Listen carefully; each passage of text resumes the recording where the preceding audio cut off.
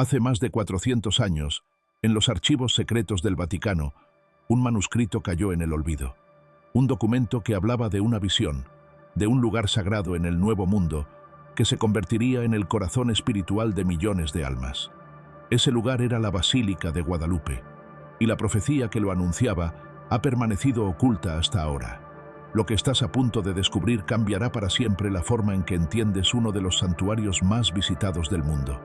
Porque lo que sucedió en el Tepeyac no fue casualidad, fue el cumplimiento de algo mucho más grande, algo que fue visto siglos antes de que sucediera. Y si prestas atención a cada palabra de esta historia, comprenderás por qué México no solo alberga un templo, sino el faro espiritual más poderoso de América. Corría el año 1531 cuando Fray Martín de Valencia, uno de los 12 apóstoles franciscanos que llegaron a la Nueva España, tuvo un sueño que lo dejó temblando durante días.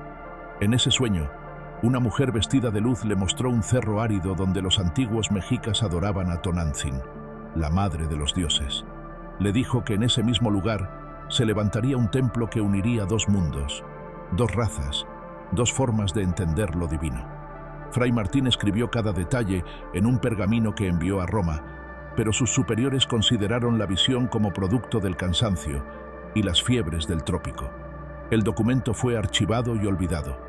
Nadie imaginó que apenas 10 años después, en 1531, un indígena llamado Juan Diego sería testigo de las apariciones de la Virgen de Guadalupe exactamente en ese cerro, en el Tepeyac, justo como el fraile lo había visto.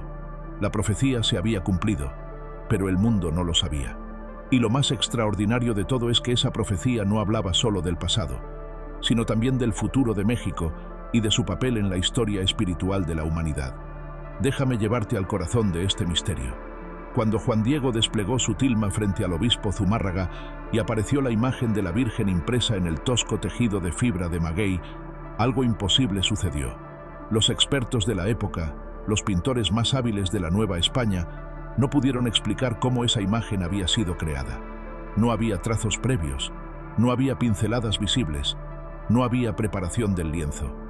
Era como si la imagen hubiera brotado de la nada, o mejor dicho, de un plano que escapaba a toda lógica humana. Pero hay algo aún más impresionante que pocos conocen. En los ojos de la Virgen de Guadalupe, mediante estudios oftalmológicos modernos realizados en el siglo XX, se descubrió que hay reflejos de personas. Sí, has escuchado bien.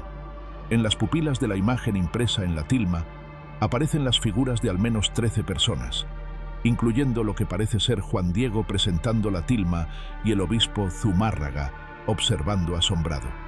Es como si alguien hubiera tomado una fotografía de ese momento exacto y la hubiera grabado en los ojos de la Virgen. La ciencia no tiene explicación para esto. Es físicamente imposible que un tejido de fibra vegetal de hace casi 500 años conserve ese nivel de detalle microscópico. Y sin embargo, ahí está, desafiando toda lógica. Ahora conecta esto con la profecía olvidada. Fray Martín de Valencia no solo vio el lugar donde se aparecería la Virgen. En su manuscrito, descubierto apenas hace 30 años, en los archivos de Sevilla por el historiador español Eduardo Chávez, el fraile describe algo más. Habla de que ese lugar se convertiría en el corazón de una nueva cristiandad, diferente a la europea, más mística, más cercana a la tierra y al sufrimiento del pueblo. Describe que desde ese cerro emanaría una luz espiritual que sostendría la fe en momentos de oscuridad extrema. Y cuando lees esto, cuando conectas cada punto, comprendes que estaba hablando de México y de su historia. Piensa en todos los momentos críticos que ha vivido este país, la conquista y la devastación de los pueblos originarios, las guerras de independencia, la Revolución Mexicana, las crisis económicas, los terremotos, la violencia de nuestros tiempos. En cada uno de esos momentos de desesperación absoluta, el pueblo mexicano ha acudido a la Basílica de Guadalupe, no como un escape, sino como un ancla, como un recordatorio de que hay algo más grande que el sufrimiento momentáneo. Y millones han encontrado consuelo ahí, han encontrado fuerza para seguir adelante.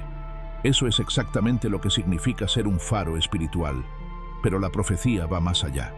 Fray Martín escribió que este lugar no solo sería importante para México, sino para todo el continente y eventualmente para el mundo entero. En ese momento, Esas palabras debieron sonar ridículas. ¿Cómo podría un cerro perdido en las afueras de la Ciudad de México convertirse en un centro espiritual mundial? Y sin embargo, mira lo que ha sucedido. La Basílica de Guadalupe recibe más visitantes al año que cualquier otro santuario católico excepto el Vaticano. Más de 20 millones de peregrinos acuden cada año, especialmente el 12 de diciembre. Personas de todos los rincones de América Latina, de Estados Unidos, de Europa, de Asia. La Virgen de Guadalupe se ha convertido en un símbolo universal de esperanza, especialmente para los marginados, para los que sufren, para los que buscan un sentido en medio del caos. Su imagen está en protestas sociales, en movimientos por los derechos humanos, en las mochilas de migrantes que cruzan el desierto buscando una vida mejor. Se ha convertido en mucho más que una advocación mariana. Se ha convertido en un arquetipo de resistencia espiritual. Y aquí viene algo que te va a sorprender aún más. En el manuscrito de Fray Martín hay una sección que durante siglos se consideró intraducible porque estaba escrita en un dialecto náhuatl antiguo mezclado con latín. Cuando finalmente fue descifrada, reveló algo inquietante.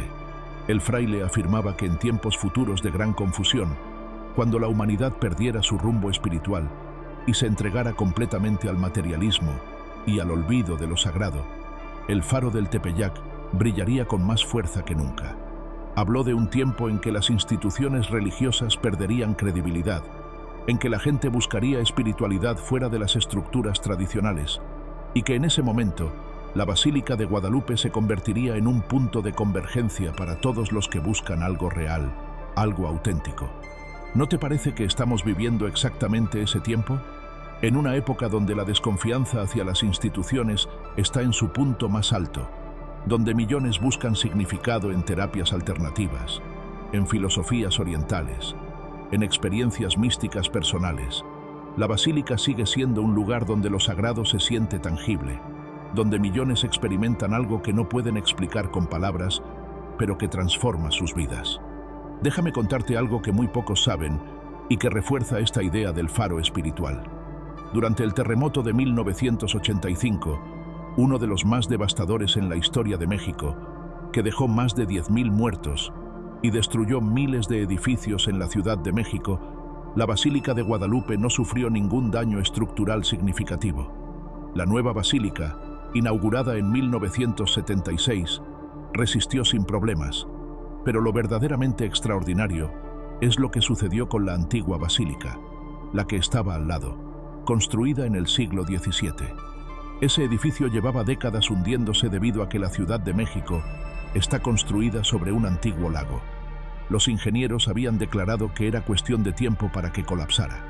Pero durante el terremoto, mientras estructuras modernas con tecnología avanzada se derrumbaban como castillos de naipes, la vieja basílica aguantó. Se hundió un poco más, sí, pero no colapsó. Los arquitectos no pueden explicarlo completamente. Dicen que la distribución del peso y la estructura de los cimientos generaron una resistencia inesperada, pero cualquiera que conoce ingeniería sabe que eso no es suficiente explicación.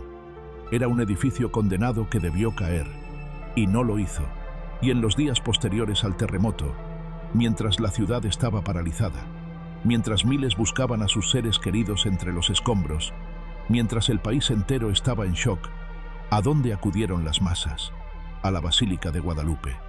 Miles y miles de personas llegaron a pedir, a agradecer por estar vivos, a buscar consuelo. El faro espiritual cumplió su función una vez más. Ahora, esto no se trata solo de fe ciega o de creencias religiosas. Se trata de entender el poder de los símbolos en la construcción de la identidad de un pueblo. México es un país que nació del choque traumático entre dos mundos.